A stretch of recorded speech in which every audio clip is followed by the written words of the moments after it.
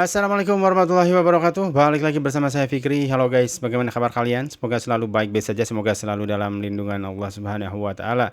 Dan semoga selalu dijauhi dari segala mara bahaya dan kesusahan serta segala penyakit, amin ya rabbal alamin. Dan jangan lupa guys untuk selalu bersyukur atas apa yang Allah berikan pada kita selama ini.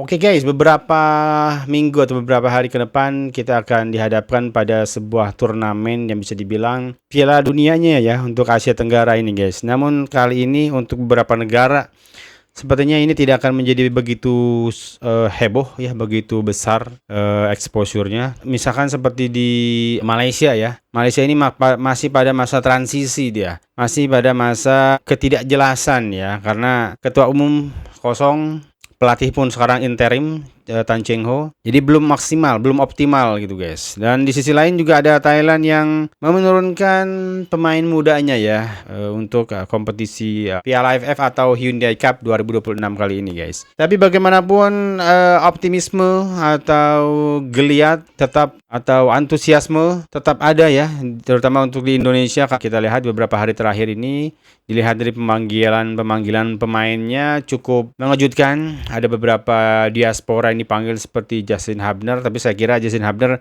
hanya ikut latihan aja dia hanya ikut memanaskan badan lah ya, untuk nanti selanjutnya balik lagi ke Fortuna Sittard. Lalu ada beberapa pemain yang tidak dilepaskan juga seperti Luke Vickery. Yang menariknya ada beberapa pemain baru ya diaspora yang akhirnya bermain di Liga Indonesia, Liga Super Indonesia, yang akhirnya menjadi keuntungan gitu untuk tim nasional yang bisa memanfaatkan tenaga mereka ya untuk bermain di AFF ini. Di antaranya adalah Sandy Walsh dan juga Ragnar Oratmangun yang baru saja bergabung dengan Persib Bandung gitu. Dan ini memunculkan optimisme yang tinggi juga di kalangan supporter Garuda. Ya bisa dibilang dengan kehadiran mereka ini menambah baik gitu. Cukup kompetitif lah untuk bisa memenangkan Piala AFF guys dengan squad yang ada ini ya. Tapi kalau kita berkaca untuk ke negara lain ya seperti Vietnam, mereka juga sepertinya nggak mau melepas piala ini ya. Mereka sebagai juara bertahan, mereka menginginkan juga kembali mempertahankan gelar ini. Itu terlihat dari beberapa minggu yang lalu di tanggal 22 Juni kalau nggak salah ya, mereka adalah tim pertama yang melakukan persiapan lebih awal guys. Mereka bahkan ke Korea Selatan untuk melakukan persiapan segala macam gitu, melakukan beberapa friendly match. Terakhir yang saya tahu mereka juga menang 6-0 dengan klub divisi 3-nya atau divisi 2-nya gitu. Dan mereka juga menyertakan pemain-pemain andalan mereka ya. Ada beberapa pemain naturalisasi dari Brazil yang mereka bawa semua guys.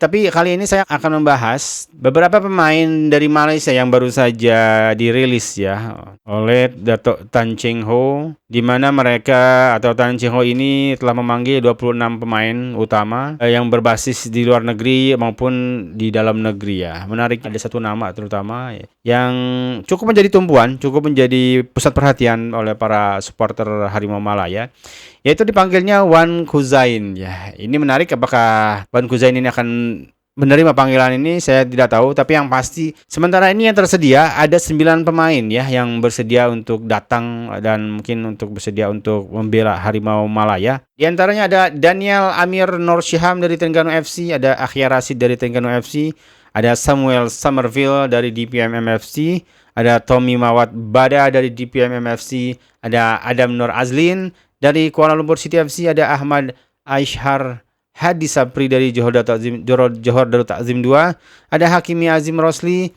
ada Fayyad Zulkifli Amin, ada Fajrul Daniel Nizam. Beberapa pemain kunci tidak bisa menyertai skuad Harimau Malaya seperti Arif Aiman, seperti Faisal Halim, Dionko, Safawi Rashid, Syarul Saad, Noah Lain, Nazmi Faiz Mansur, dan juga Dominic Tan ya kalau nggak salah guys. Wentin Cheng juga tidak ada. Sebelum itu kita lihat dulu ini senarai pemain-pemain yang dipanggil oleh Tan Cheng Ho. Kita lihat di sini ada 20 pemain skuad Harimau Malaya. JDT mengirimkan 8 pemain ya. Jadi ini JDT dan JDT 2. Kadang-kadang bermain di JDT 2, kadang-kadang bermain di JDT 1 gitu. Di JDT yang tim utamanya gitu. Lalu ada Terengganu dengan 2 pemain, ada Sabah dengan 1 pemain, TBA, yaitu pemain yang mungkin belum memiliki klub, ada 4 pemain. Negeri Sembilan 1 pemain. Vansedormi United dari 1 pemain. Ini baru dengar aku guys, Vansedor ini. Lalu ada KL City dengan 3 pemain. Malaka dengan 1 pemain. Ross Country 1 pemain. Ross juga aku baru dengar. Kuching City dengan 2 pemain. Penang 1 pemain. Sporting Jacks 1 pemain. Ini juga baru aku dengar ya. Ada 3 tim nih yang baru aku dengar ya. Sporting Jacks, Ross Country dengan juga Vansedormi United. Pemain-pemain itu adalah di penjaga gawang, penjaga gol ada Azri Ghani, ada Haziq Aiman, ada Rahadi Azli. Di pertahanan ada Muhammad Alif Ahmad, ada Dominic Tan, sorry saya revisi tadi, Dominic Tan ternyata ada.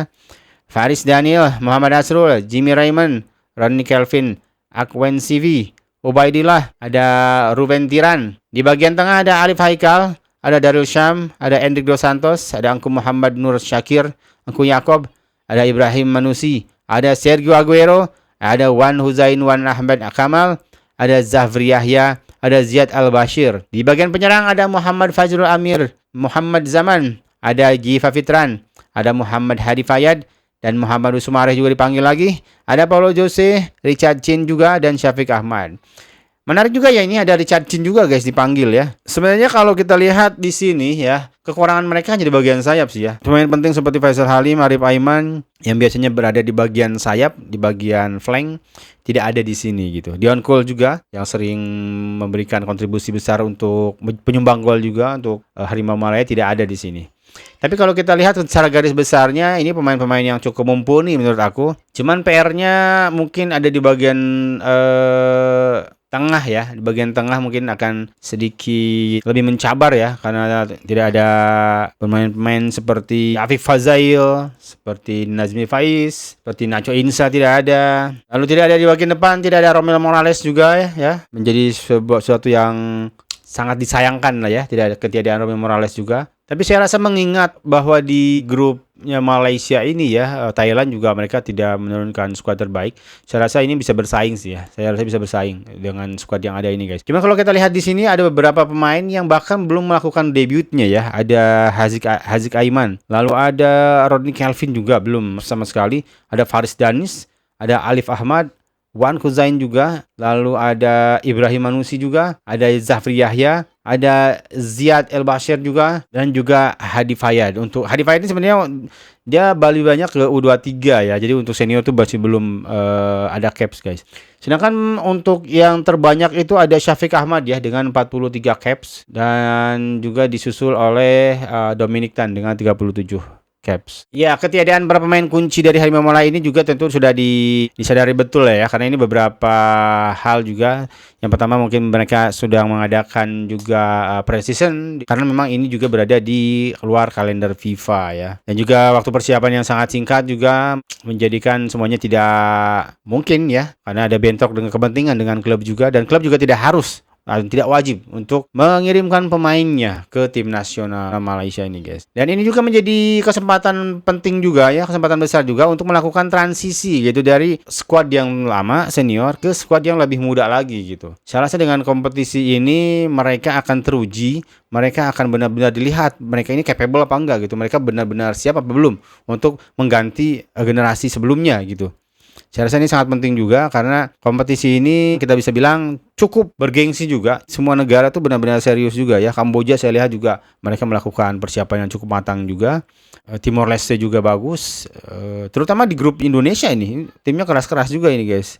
Mungkin di grupnya Malaysia ini ada Filipina ya yang akan menjadi pencabar juga. Terlebih juga untuk Thailand ya. Mereka memiliki memang kompetisi yang bagus juga, sehingga pemain-pemain lokalnya pun sangat bagus ya. Dan ini akan menjadi sebuah ajang seleksi untuk para pemain-pemain muda ini, untuk nanti bisa dibawa kembali oleh pelatih yang saya rasa masih Tan Cheng Ho ya, karena kongres luar biasa FIME itu dilakukan di bulan September ya. Nggak tahu guys tepatnya ya, apakah nanti mereka melakukan kongres dan pemilihan pelatih dulu, atau mungkin FIFA Asian Cup dulu baru mereka melakukan kongres gitu. Agak beresiko juga sebenarnya kalau udah mepet nih ajang Piala FIFA ASEAN Cup-nya, tapi pelatih masih baru banget, fresh banget, itu sangat riskan menurut aku. Jadi saya rasa masih Tang Chen Ho orang yang akan melatih Harimau Malaya ini ya. Saya rasa juga nanti Chen Ho akan bisa ya melihat pemain-pemain yang sudah bagus atau mungkin yang cocok untuk bisa dibawa ke FIFA Asian Cup dari pantauannya di Piala Hyundai Cup ini guys gitu. Sebenarnya supporter mungkin juga tidak harus ini ya pesimis ya dengan kondisi yang ada sekarang, masa transisi sekarang.